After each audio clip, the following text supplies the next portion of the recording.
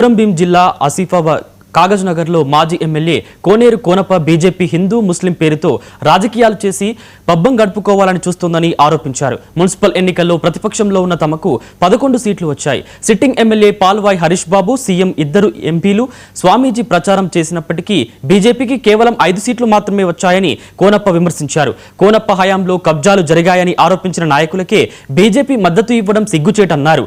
రాధా మనోహర్ దాస్ వంటి వ్యక్తులను తీసుకువచ్చి బీజేపీ మత రాజకీయాలు చేసిందని కోనేరు కోనప్ప ఆరోపించారు.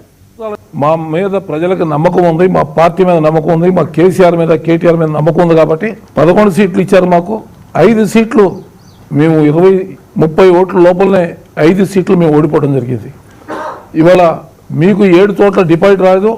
అధికార పార్టీ విర్రవీగుతున్న కాంగ్రెస్ పార్టీకి 7 చోట్ల డిపాజిట్ రాలేదు. మీకు మీ ప్రవర్తన కాగజ్ నగర్ ప్రజలందరూ కూడా చూశారు. నేను దౌర్జన్యాలు చేశా, కబ్జాలు చేశా అని చెప్పి ఆ కబ్జాలను అడ్డుకున్నా, నేను చైనా గోడలాగా నిలబడ్డానని చెప్పి చెప్తా ఉన్నావు.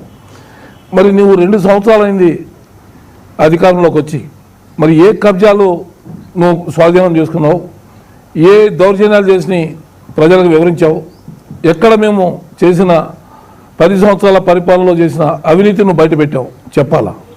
ఈ దౌర్జన్యాలు కబ్జాలు చేసిన దాంట్లో మరి నేను ఒకవేళ చేసి ఉంటే మున్సిపాలిటీలో మరి నువ్వు పేర్కొన్న వ్యక్తులు నువ్వు ఇవాళ ఎవరైతే చైర్మన్ చేసావో ఆ వ్యక్తులే ఉన్నారు కదా ఆ రోజున మున్సిపల్లో.